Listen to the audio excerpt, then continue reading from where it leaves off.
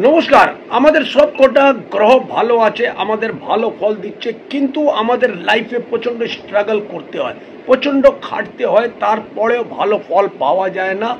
আমাদের সব কাজ হতে হতে আটকে যাচ্ছে। আজকে একটা ছোট্ট উপায় বলবো, এই উপায়টা যদি করেন অতি অবশ্যই লাভবান হবেনই হবেন। আমাদের হাতই আমাদের ভাগ্য আছে। ভগবানের আশীর্বাদ যদি আমাদের কাছে সবসময় থাকে, আমরা জীবনে সাকসেস পাবোই পাবো। আপনাদের এই হাতকে সব সময় আপনারা না দেখুন, এটা কি শুকনো আছে বা শক্ত আছে, এটাকে আপনারা সফট নরম করার চেষ্টা করুন। কি করে নরম করবেন আপনারা?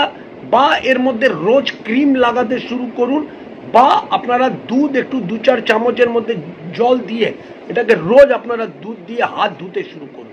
দেখুন আপনার ভাগ্য পাল্টে যাবে। যত আপনার মানে হাত নরম থাকবে, আপনার ভাগ্য ততই আপনার ভালো হতে শুরু করবে। এই ক্রিয়াটা করুন, জীবনে খুব আনন্দ পাবেন।